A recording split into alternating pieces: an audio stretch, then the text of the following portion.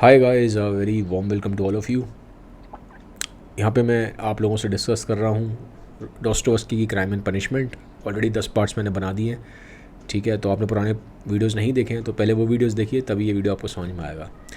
अब कहानी में क्या होता है, कहानी में ये है कि रश्कोलनिकोव अपने रूम में आ गया है। ये पोरफ्राई के पास गया था, ठीक है, वहाँ से होके अपने घर में आ गया, अपने रूम में बैठा है। और रूम में बैठ के ये बड़ा स्ट्रेस्ड है। स्ट्रेस्ड क्यों है? क्योंकि इसको ये समझ में नहीं आ रहा कि जो निकोले है उसने ये चीज़ एक्सेप्ट क्यों की कि मर्डर उसने किया है। ये मैंने लास्ट वीडियो में बताया था आपको कि जो निकोले है वो एंड टाइम पे पोरफ्राई के पास आके बोलता है कि मर्डर मैंने किया है। तो रश्कोलनिकोव इस चीज़ को लेकर टेंशन में है कि ऐसा कैसे हो गया, क्योंकि मर्डर तो रश्कोलनिकोव ने किया था। तो ऐसे क्यों कोई आके दूसरा बंदा बोलेगा कि जो क्राइम है उसने किया है। अब रश्कोलनिकोव को लगता है कहीं ना कहीं ये पोरफ्राई की चाल है। पोरफ्राई की चाल कैसे है? पोरफ्राई रश्कोलनिकोव पे शक करता है लेकिन एविडेंस नहीं है, तो एविडेंस गैदर करने के लिए इस तरह के साइकोलॉजिकल गेम खेल रहा है ताकि किसी तरीके से रश्कोलनिकोव ऐसे धोखा खा जाए और एविडेंस कुछ ना कुछ अपना एविडेंस छोड़ दे। अभी बैठ के ये सब चीज़ें सोच रहा होता है कि इतने में दरवाजे पे खटखट की आवाज़ होती है, कोई नॉक करता है। तो रश्कोलनिकोव कहता है हाँ जी अंदर आ जाइए। दरवाज़ा खुलता है। अब दरवाजे से जो शख्स अंदर आया ये था स्ट्रेंजर। कौन सा स्ट्रेंजर?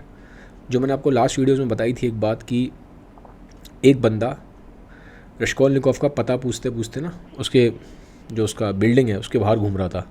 सिक्योरिटी गार्ड से पूछता है रश्कोलनिकोव कहाँ है। तो जब रश्कोलनिकोव आता है तो सिक्योरिटी गार्ड बताता है रश्कोलनिकोव को कि ये बंदा है, कोई अजनबी है, तुम्हारा पता पूछ रहा है बहुत देर से। तो रश्कोलनिकोव ने जब उस बंदे के पास जाके पूछा हाँ जी आप मुझे क्यों ढूंढ रहे हो, तो स्ट्रेंजर ने बोला था कि तुम मर्डरर हो, और ये कह के वो चला गया था। रश्कोलनिकोव ने पीछा भी किया लेकिन उसने कुछ बताया नहीं, उसने बस यही बोला कि तुम मर्डरर हो। तो ये सारी कहानी मैं बता चुका हूँ स्ट्रेंजर की लास्ट वीडियोज़ में, इसलिए आपसे कह रहा हूँ पुराने वीडियोज़ देखिए, बीच में से समझ नहीं पाएंगे। तो आज ये वही स्ट्रेंजर रश्कोलनिकोव के रूम में आया है। अब रश्कोलनिकोव को बात समझ में नहीं आई। वो कहता है कि ये क्या चक्कर है, आज तुम एकदम से कैसे आ गए? उस दिन मैं तुम्हारे पीछे पीछे जा रहा था, तुमने मुझे बताया ही नहीं तुम कौन हो। तो कहता है कि मेरे से गलती हो गई, मेरे से गलती हो गई, मुझे माफ़ कर दो। ये कह के वो जो ज़मीन है, ज़मीन पे हाथ लगाता है। ठीक है, मतलब एक तरह का सिंबल है कि उससे गलती हो गई। ज़मीन को हाथ लगाता है और फिर ऐसे माथे को हाथ लगाता है अपने। तो एक सिंबॉलिक जेस्चर होता है कि हाँ भाई गलती हो गई इस तरह से। ठीक है, तो रश्कोलनिकोव पूछता है क्या गलती हुई है, बताओ क्या गलती है। तो वो कहता है एक्चुअल में हुआ क्या था, मुझे तुम पे शक था सिर्फ कि कुछ तुमसे गड़बड़ हुई है, और उस शक के बेस पे ही मैंने जाके पुलिस में बता दिया। तो रश्कोलनिकोव कहता है तुम हो कौन, मैंने तो तुम्हें देखा ही नहीं कभी, मतलब उस दिन तुमने देखा था, आज तुम्हें देखा है, तो क्या शक है तुम्हें, क्या है, मुझे पूरी बात तो बताओ। तो कहता है देखो, जब तुम एक बार गए थे ना उसी घर में, ओल्ड लेडी के घर में, जब वहाँ पे 2 वर्कमैन काम कर रहे थे, जब तुमने 3 बार घंटी बजाई थी, और जब तुमने बोला था कि यहाँ पे ब्लड है घर में, क्या ब्लड साफ़ हो गया, वो ब्लड कहाँ गया? ये मैंने आपको बताया बहुत पहले पुराने वीडियोज़ में। रश्कोलनिकोव उस घर में गया था दोबारा, मर्डर के बाद दोबारा उस घर में गया था, 3 बार घंटी बजाई थी, वहाँ पे 2 लोग काम कर रहे थे और उनसे बोला था कि यहाँ तो खून था, खून कहाँ गया। और फिर रश्कोलनिकोव नीचे आ गया था। जब नीचे आया तो सड़क पे बहुत सारी भीड़ थी। ठीक है, और वो साथ साथ जो 2 लोग वहाँ काम कर रहे थे वो भी आए थे रश्कोलनिकोव के साथ। अगर आपको कहानी याद है तो इसलिए पुराने वीडियोस देखना ज़रूरी है। तो जब ये नीचे आया था साथ में 2 लोग भी आए थे जो उसके वहाँ पे काम कर रहे थे रूम में। नीचे आके वहाँ पे काफ़ी भीड़ थी, तो भीड़ में जब बात मालूम पड़ी ऐसे ऐसे, रश्कोलनिकोव ने उस कमरे में जाके 3 बार घंटी बजाई है और ये बोला है कि खून कहाँ है, यहाँ पे खून था, ये था।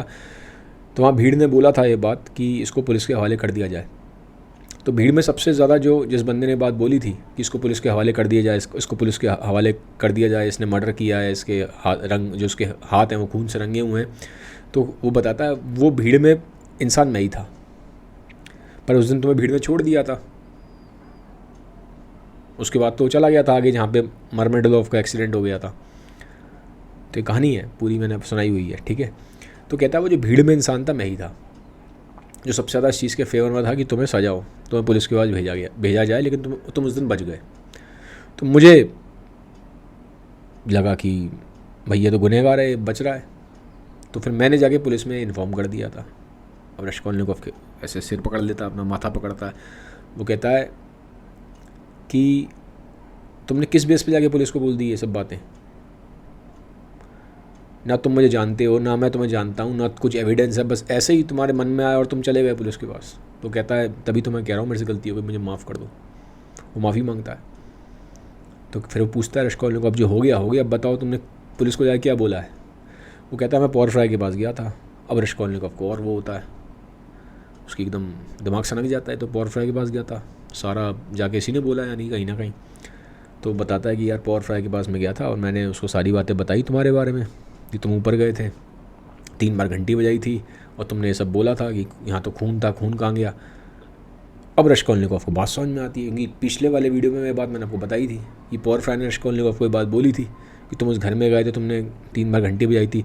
तब उसको समझ में आता है कि ये बात पोरफ्राई को मालूम कहाँ से पड़ी, रश्कोलनिकोव को, क्योंकि ये इस बंदे ने जाके बताई थी पोरफ्राई को। ठीक है, तो ये वाली कहानी थी।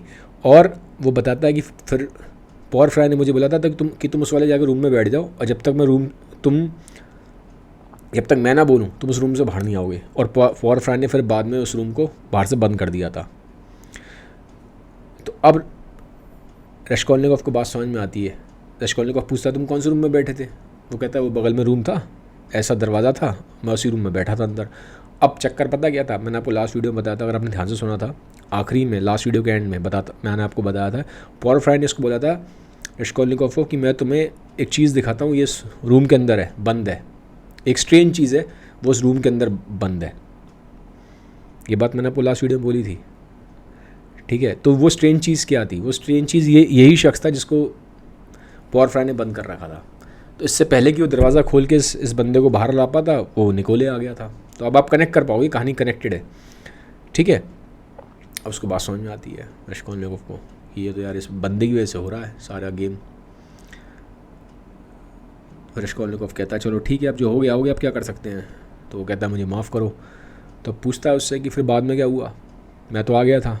वो कहता है कुछ नहीं, बाद में फिर उसने दरवाज़ा खोल दिया पोरफ्राई ने, और तब तक वहाँ निकोले आ गया था। तो उसने पूछा कि तुमने सुना था निकोले से उसने क्या बात करी? कह रहा नहीं यार, वो मैं नहीं सुन पाया, मैं तो फिर यहाँ आ गया, लेकिन मुझे बड़ा गिल्टी लगा कि मेरे से गलती हो गई है, क्योंकि जब तुम वहाँ पे थे तो मैं तो उसी रूम में बैठा था, मैं सारी बात सुन रहा था पोरफ्राई और तुम्हारी। तो मुझे समझ में आने लगा कि ऐसा तो है नहीं, मतलब कोई एविडेंस है नहीं, तो सिर्फ अभी शक के बुनियाद पे ही सारा गेम चल रहा है। तो अननेसेसरी मेरी वजह से तुम क्यों फंस जाओ, क्योंकि स्टेटमेंट तो उसी ने दिया था जाके। तो कहता मुझे बड़ा ख़राब लगा, इसलिए मैं आ गया हूँ, तो मुझे माफ़ कर दो प्लीज़, मुझे माफ़ कर दो। ये कह के दोबारा वो ऐसे जो ज़मीन है उसको ऐसे किस कर लेता है। ठीक है, वही एक सिम्बॉलिक जेस्चर है कि उसको लगा कि भाई बड़ी गलती हो गई। तो रश्कोलनिकोव कहता है ठीक है, अब जो हो गया अब जाओ, अब क्या कर सकते हैं, जो हो गया। अब फिर वो आदमी माफ़ी मांगे चला जाता है। कहता है आपने मुझे माफ़ कर दिया। रश्कोलनिकोव कहता है हाँ ठीक है, हम सबसे गलतियाँ होती हैं, मैं तुम्हें माफ़ कर दिया, जाओ। आदमी चला जाता है, स्ट्रेंजर जो था।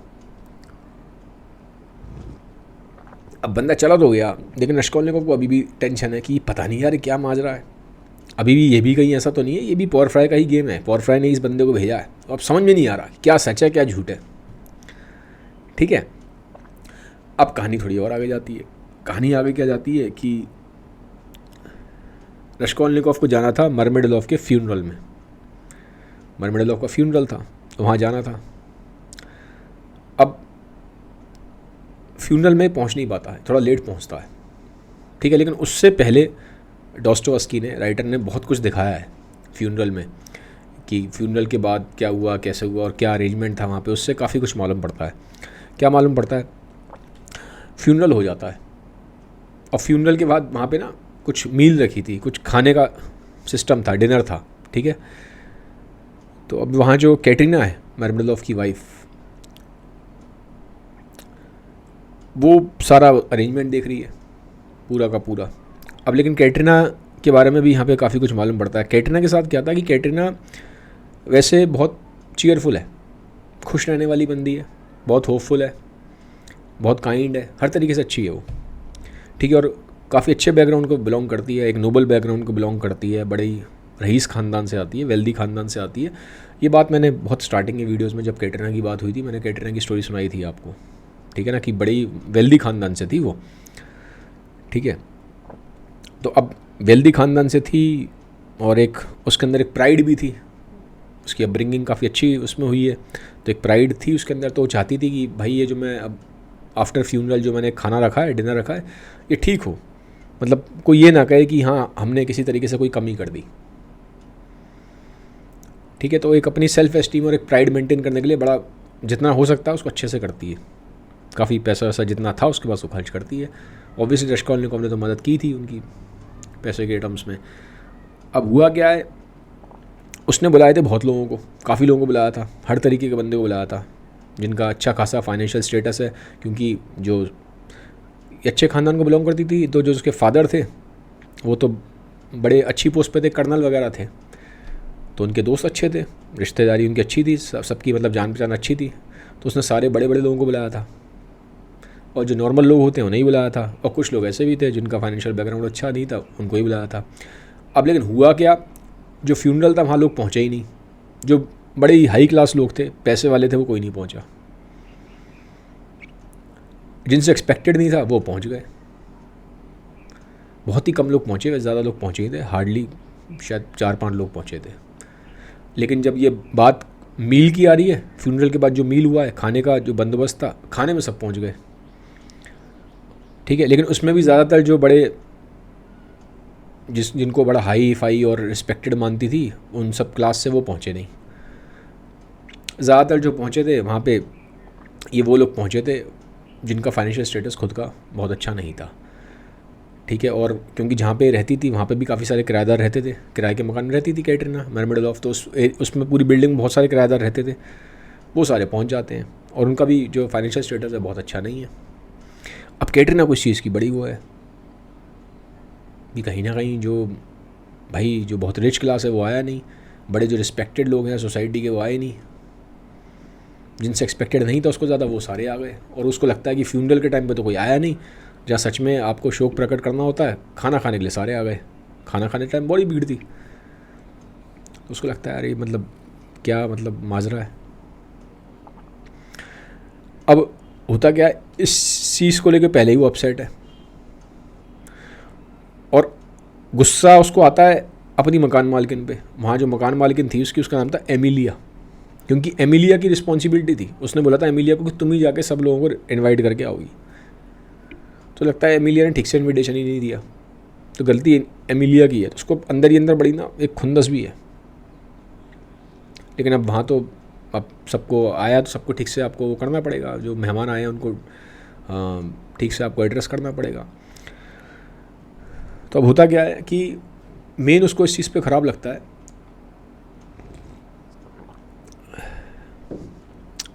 कि एक लेडी है और एक डॉटर है उसकी।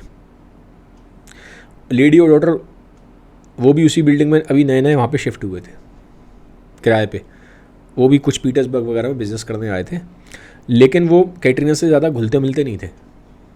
कैटरीना एक दो बार मिलने की कोशिश करी, घुलने मिलने की कोशिश करी, लेकिन उन्होंने कैटरीना को अवॉइड किया। वो अपने आप को बड़ा समझते थे कि हाँ हम भी बड़े वेल्दी ख़ानदान से हैं, बिज़नेस करने आए हैं, कुछ टाइम के लिए किराए पे रहना पड़ रहा है, लेकिन हमारे अंदर एक वो है, हम अपना स्टेटस मेंटेन करेंगे। तो कैटरीना से वो नहीं करते थे ज़्यादा, ठीक है। और उसको ये भी मालूम पड़ा वहाँ पे कि वो इसलिए भी नहीं आया है क्योंकि वो जो लेडी थी वो ये नहीं चाहती थी कि जो उसकी डॉटर है वो सोनिया से मिले, क्योंकि वहाँ पे सोनिया भी आई थी, और सोनिया उनकी नज़र में कोई बहुत अच्छी लेडी नहीं थी। तो जब इसको ये बात मालूम पड़ती है उसे बड़ा ख़राब लगता है कैटरीना को कि वो समझती क्या लेडी अपने आप को, क्या समझती है वो, उसको बड़ा ख़राब लगता है। एक तो कई बार तुमने मुझे ठीक से ट्रीट नहीं करा, क्योंकि कई बार ऐसा हुआ था कैटरीना उसके आमने सामने हुई उस लेडी के, तो वो लेडी ने उससे बात नहीं करी, इधर उधर चली गई। उसके बावजूद भी उसने कहा चलो ठीक है, मैंने पुरानी सारे जो ग्रजेस थे उनको मिटा के उसको बुलाया, ये हमारे यहाँ तुम मील पे आओ, और दुख में तो आना चाहिए आदमी को, लेकिन वो अभी भी नहीं आई, तो अपने आप को समझती क्या है वो, ठीक है। तो ये चीज़ है। अब खैर होता तो है जो भी है, लेकिन वहाँ पे ये देखा गया कि जो कैटरीना है वो अपने पास को नहीं भूली है। वो सबको ये बात बताती है कि जो मेरे डैड है ना, अब मैं ऐसे वैसे ख़ानदान से नहीं, मैं तो बहुत पैसे वाले ख़ानदान से हूँ। बहुत ही, मेरे जो डैड हैं बहुत रिच हैं और बहुत नोबल फैमिली को बिलोंग करती हूँ मैं, और मेरे डैड कर्नल हैं, ठीक है। तो ये बता रही है कि मतलब कि आप लोग जो आए हो एक तरीके से मेरे यहाँ, तो मैं भी कोई वो नहीं हूँ, मैं कोई ऐसे वैसे उससे नहीं हूँ बैकग्राउंड से, मेरा बैकग्राउंड बड़ा तगड़ा है। और इनफैक्ट वो उसको भी बताती है सबको वहाँ पे ल्यूजन के बारे में। अब ल्यूजन पैसे वाला बंदा है, मैंने आपको बताया था, जिससे शादी होने वाली थी दुनिया की, अपने आप में पैसे वाला बंदा है, 2 के आसपास गवर्नमेंट जॉब है, बिजनेस भी डाल रहा है पीटर्सबर्ग में, तो वेल्दी उसमें लोगों में बड़ा फेमस है वो, ठीक है। तो बताती है कि जो ल्यूजन है वो मेरे फादर के पास आता था, कनेक्शन है फादर से, ठीक है। तो एक तरीके से दिखा रही है कि जो बड़े ही सोसाइटी में बड़े लोग हैं, वेल्दी लोग हैं, उससे मेरे कनेक्शन है, कोई ऐसे वैसे ख़ानदान से नहीं हूँ मैं, बड़ा बढ़िया बैकग्राउंड है। मैं ल्यूजन को भी जानती हूँ, ल्यूजन को बुलाया, ल्यूजन आएगा भी, देखना आप लोग, ताकि बाकी लोगों को भी लगे कि हम भाई छोटे मोटे उसमें नहीं आए हैं, बड़े तगड़े उसमें आए हम फंक्शन में। जो लेडी है बहुत अच्छा स्टेटस है उनका, ठीक है। तो बार बार अपने डैड के बारे में काफ़ी बोल रही है कि ऐसे बैकग्राउंड से हैं और ये हैं वो हैं, ठीक है। तो कहीं वो बात कर रही है तो सबको बताती फिर रही है, खाना वाना खा रहे हैं तो लोगों से बात करती है तो बताती है, रेफरेंस ज़रूर देती है अपने डैड का कि बड़े ही मैं जी बड़े वैसे ख़ानदान से हूँ। अब ये सब बातें हो रही होती हैं, इतने में सोनिया आ जाती है। सोनिया वहाँ पे थी नहीं उस टाइम पे। अब सोनिया आ जाती है तो रश्कोलनिकोव भी वहाँ पे है उस सीट, कुछ थोड़ी देर बाद रश्कोलनिकोव भी आता है। अब रश्कोलनिकोव फ्यूनरल में आ नहीं पाया था, लेकिन वो आते ही सॉरी बोलता है, मेरे से गलती हो गई, आई एम रियली सॉरी, मैं फ्यूनरल में नहीं आ पाया, ठीक है, मैं फंस गया था कहीं, क्योंकि पॉर फ्राई के पास था वो। तो कहता है अपनी गलती मांगता है, जैसे बाकी लोग जो आए हैं वो तो उन्होंने कोई गलती नहीं मानी, उन्होंने सीधा खाना खाना स्टार्ट कर दिया। वो गलती मान रहा है कि मेरे से गलती हो गई, मैं माफ़ी चाहता हूँ। और इनफैक्ट उसने खाना खाया भी नहीं था, वो सिर्फ क्योंकि मतलब सब बोलते हैं जब उसको बार बार खा लो तो थोड़ा सा खा लेता है, तो खाने के लिए नहीं आया था। बाकी तो सब ऐसा लग रहा है ऐसे खाने के लिए ही आए हैं। तो क्या हो गया कि वहाँ पे फिर रश्कोलनिकोव है, सोनिया है। अब धीरे धीरे क्या हो रहा है कि अब सोनिया वहाँ आ गई है, तब लोग वहाँ पे जो वहाँ पे इकट्ठे हैं तो फिर थोड़ा खुसर फुसर स्टार्ट हो जाती है सोनिया को देखते ही, क्योंकि जानते हैं वो सोनिया के काम को, तो बातें बननी स्टार्ट हो जाती हैं। अब कैटरीना उस चीज़ को भांप लेती है। सोनिया तो छोटी 18 साल की है, उसको इतनी समझ नहीं आ रही, लेकिन कैटरीना तो बड़ी है, वो वहाँ पर ही मतलब इस चीज़ को अंदाज़ा लगा लेती है कि लोग इस तरह से बातें कर रहे हैं, खुसर फुसर कर रहे हैं सोनिया को लेके, उसे गुस्सा आ रही है। अब इतनी देर में उसका जो गुस्सा है उसमें और आग लग जाती है। आग कैसे लगती है कि एक प्लेट होती है, उसमें प्लेट में ब्रेड होती है, और ब्रेड में जो हार्ट होता है, हार्ट की शेप बनी होती है, उसमें ऐसे तीर लगा होता है। वो सोनिया को कोई ऐसे दे जाता है आगे वहाँ पे। तो किसी ने शरारत की थी, भैया ब्रेड है, ब्रेड में हार्ट शेप बना दी, उसमें तीर लगा दिया है। तो अब पहले ही उस चीज़ को लेके वहाँ पे लोग वो हैं, फिर मजाक उड़ा दिया किसी ने इस चीज़ से, ये जो हुआ सिंबॉलिक एक्शन। कैटरीना गुस्सा आती है लोगों पे, ठीक है। तो वो कहती है कि जिसने भी आदमी ने काम किया है, ये बदतमीज़ी की है, वो कहीं ना कहीं कोई ड्रंकर्ड है वो कहीं ना कहीं, बहुत ज़्यादा उसने अल्कोहल पी रखी है, ऐसे काम कर रहा है जो नॉर्मल स्टेट में आदमी को इतनी बदतमीज़ी नहीं करेगा। अब वहाँ पे एक आदमी बैठा है। अब वहाँ पे क्या था, उस जो वो मील हो रही थी, वहाँ पे ड्रिंक वगैरह भी सर्व हो रही थी, वोडका और वो सब वो लोग पीते हैं वहाँ पे रशिया में, ठीक है। तो वहाँ पे एक बंदा बैठा है, वो ड्रिंक कर रहा था, उसे लगा मेरे पे कमेंट हो रहा है, तो वो कह देता है वहाँ पे एकदम से उसको, कैटरीना को, कि तुम ये जो बातें कर रही हो कि ड्रंकर्ड ने किया, ये जो तुम्हारा पति जिसकी भी डेथ हुई है मरमड लॉ, वो खुद भी तो ड्रंकर्ड था। अब उसको गुस्सा आ गई कैटरीना को, वो पहले गुस्से में सोनिया के साथ जो बदतमीजी हुई है, ऊपर से अब उसके जो हस्बैंड है जो मर गया, लोग उसको भी नहीं छोड़ रहे, ऐसे कमेंट कर रहे हैं। वो कहती है वो जैसा भी था, लेकिन एंड टाइम तक उसने अपने परिवार को नहीं छोड़ा। अब आप देखेंगे एकदम से वो ना सपोर्ट कर रही है, उसको गुस्सा आ रहा है। वो कहती है भले ही कई बार ऐसा हुआ उसको लोग घर छोड़ के गए हैं, उसमें होश नहीं था, कुछ नहीं था, उसमें पैसे नहीं, कपड़े फटे हुए हैं, सब कुछ है, लेकिन उसकी जेब में टॉफ़ियाँ मिलती थी, बच्चों का इतना ध्यान था उसको, खुद 3-3 दिन 4-4 दिन सड़क पे सोया है वो, बिना रोटी खाए, कपड़े फटे हुए हैं, सब कुछ है, लेकिन फिर भी बच्चों का ध्यान था। उसकी जेब में हम देखते थे बच्चों के लिए मिठाइयाँ और टॉफ़ियाँ भरी होती थी उस कंडीशन में भी, जब लोग उसको छोड़ के गए हैं ऐसे घर पे।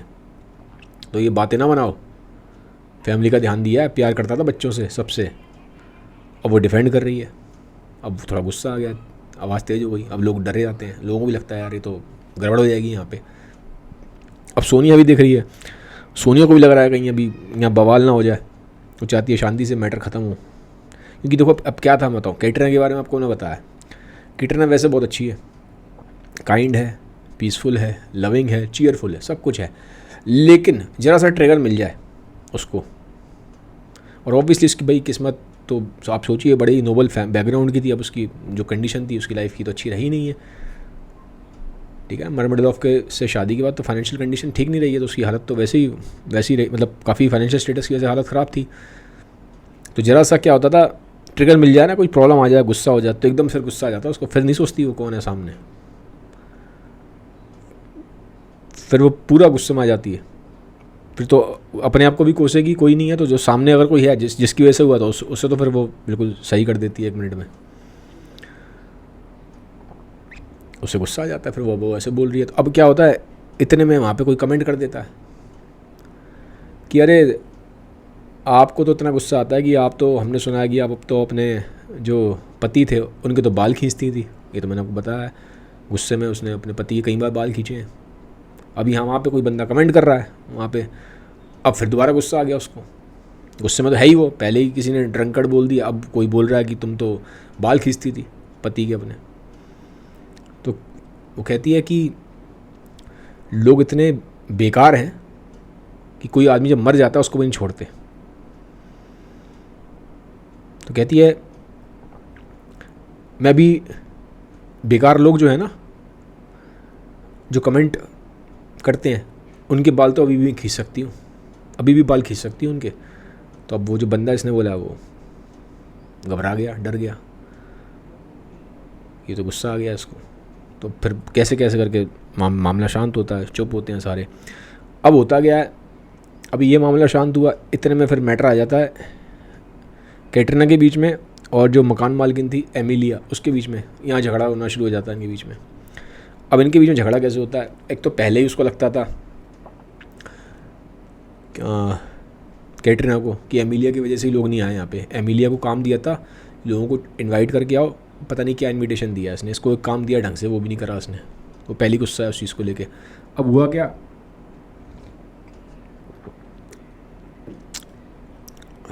वहाँ पे ना ये बोलती है सोनिया, वो सॉरी कैटरीना, कि ये पूरा जब ये हो जाएगा, ठीक है, सारा ये जो पूरा फ्यूनरल का और ये मील वगैरह, अब कुछ टाइम बाद ना हम लोग यहाँ से चले जाएंगे और हम ना अपना एक बोर्डिंग स्कूल खोलेंगे, ठीक है। वहाँ पे सोनिया भी काम करेगी, मैं भी काम करूँगी, बच्चे वगैरह मैं सबको वहीं लगा दूँगी, हम सब वहाँ जाके सेट होंगे। तो ऐसे ही बात कर रही है, ठीक है। तो अब जब बात कर रही है तो एमिलिया वहाँ पे कहती है कि हाँ बोर्डिंग स्कूल खोलोगे वो तो ठीक है, लेकिन वहाँ पे ना वो भी रख लेना लॉन्ड्री के लिए कोई इंसान, ठीक से कपड़े वपड़े साफ़ हो जाएं, ये हो जाए। उसको ऐसा लगता है कि मैंने रिकमेंड कर दिया कि मेरे पे इतने पैसे नहीं कि मैं वहाँ पे साफ़ सफाई करने के लिए स्टाफ नहीं रखूँगी क्या। उसको बात वो उल्टा ले जाती है बात को। अब वो बोला किस लहजे में था वो पता नहीं, एमिलिया ने बात बोल दी थी कि तुमने आप बोर्डिंग स्कूल खोलोगे वो तो ठीक है, लेकिन ये साफ़ सफाई के लिए भी स्टाफ रख लेना ऐसे। तो वो कहती है कि मैं बोर्डिंग स्कूल की मालकिन हूँ, मैं तो साफ़ सफाई करूँगी नहीं, लेकिन और मुझे इतना पता कि वहाँ स्टाफ रखना है, साफ़ सफाई के लिए वो तो मैं रखूँगी। उसको ऐसा लगता है कहीं ना कहीं उस पर कमेंट कर रहे हैं उसके फाइनेंशियल स्टेटस पे, क्योंकि उसका फाइनेंशियल स्टेटस अच्छा नहीं है, तो ये पता नहीं वहाँ पे ठीक से स्टाफ रखेगी नहीं रखेगी, तो उसको अदरवाइज ले जाती है बात को, ठीक है। वो बोलती है एमिलिया को, तो गुस्से में बोलती है और वो कहती है मेरे को मन कर रहा है, पहले से गुस्सा है एमिलिया पे, और एमिलिया भी भाप गई है, तो उसने भी थोड़ा सरकास्टिक टोन में बोला है, ठीक है ना। एक्चुअल में क्या होता है, बात से भी ज़्यादा इंपॉर्टेंट है आदमी की टोन।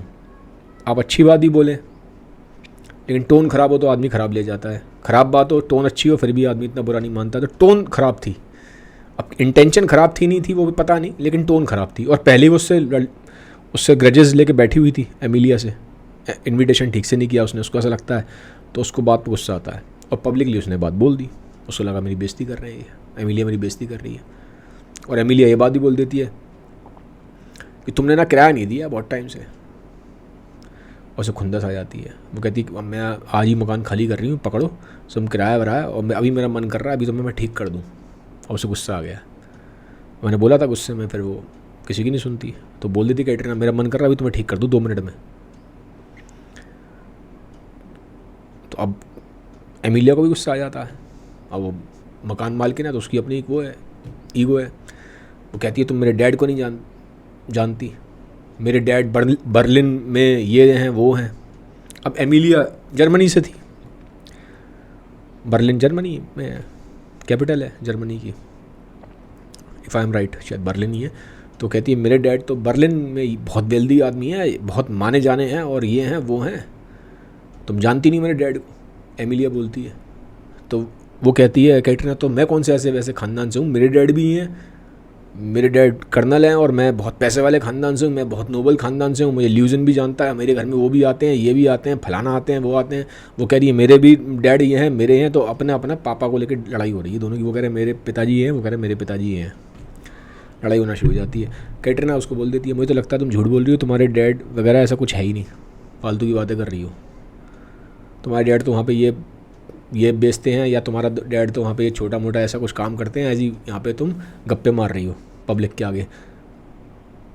वो कहती है मैं जो बोल रही हूँ ना, मेरे डैड कर्नल हैं और बड़े बड़े लोगों को जानते हैं, इसका तो सर्टिफिकेट भी है मेरे पास। वो एक सर्टिफिकेट लेके आई थी जिसके डैड को मिला था कहीं, एक सर्टिफिकेट ऑफ ऑनर मिला था किसी वॉर में, ठीक है ना। तो मैंने बोला था आर्मी में थे, कर्नल थे, तो मिलता है। तो वो दिखाती है देखो मेरे डैड को सर्टिफिकेट ऑफ ऑनर मिला है, तो सबको दिखाती है, पब्लिक वहाँ देख रही है, और जब लोग हैं लोगों को तो मज़ा आ ही रहा है, वो देख रहे हैं हाँ जी सर्टिफिकेट दिखा रही है। कैटरीना अपने फादर का सर्टिफिकेट लेके चलती है साथ में, वो दिखाती है, सब देखते हैं हाँ सही कह रही है कैटरीना, सही कह रही है, सही में इसके डैड हैं इतने हाई पोस्ट के बंदे, तो सच में बहुत नोबल फैमिली से। तो एमिलिया को बोलते तुम तो ऐसी झूठ बोल रही हो, गप्पे मार रही हो, तुम्हारा तो पता ही नहीं है, तुम रशिया के तो हो ही नहीं, तुम जर्मनी से हो, अब कौन जाके देखेगा जर्मनी, तो तुम कुछ ही बोले जा रही हो मेरे डैडी ये हैं वो हैं, मालूम पड़ा है कुछ नहीं वहाँ। अब उसे गुस्सा आ जाती है एमिलिया को, कहती है अभी जाके मेरा तुम घर खाली करो, ये करो वो करो, तुम्हारे ऐसे लोगों को मैंने अपने घर में रखा। अब वो बोल देती है, अब कमेंट कर देती है सोनिया पे, कहती है सोनिया के पास तो येलो सर्टिफिकेट है। अब येलो सर्टिफिकेट जो है उस टाइम पे तो एटलीस्ट जो रशिया में येलो सर्टिफिकेट दिया जाता था जो सेक्स वर्कर्स हैं उनको, तो इनडायरेक्टली उसने उस पर कमेंट कर दिया सोनिया पे, उसे आ गई गुस्सा, उसे गुस्सा आ जाती है कैटरीना को कि मेरी लड़की के बारे में इसने ऐसा बोल दिया। अब वो तो गुस्से में आग बबूला हो जाती है, पहले गुस्सा थी, कहते यही बताती हूँ उसको। अब वो उसको फिर मारने के लिए उसके तरफ आगे बढ़ती है। अब हाथापाई होने ही वाली थी, इतने में वहाँ ल्यूजन आ जाता है। ल्यूजन को बुलाया था जो हस्बैंड है, दुनिया का होने वाला हस्बैंड। अब वहाँ ल्यूजन आ गया। अब ल्यूजन आ गया तो फिर जो है जो अटेंशन है वो इधर की तरफ डाइवर्ट होता है, ल्यूजन की तरफ, ठीक है। अब ल्यूजन आ गया है, आगे कहानी कैसे जाएगी क्या होगी ये हम अगले वीडियो में देखेंगे। मुझे बताना कमेंट सेक्शन में कि यहाँ तक वीडियो आपको कैसा लगा, ये कहानी आपको कैसी लग रही है। Thank you, have a nice day.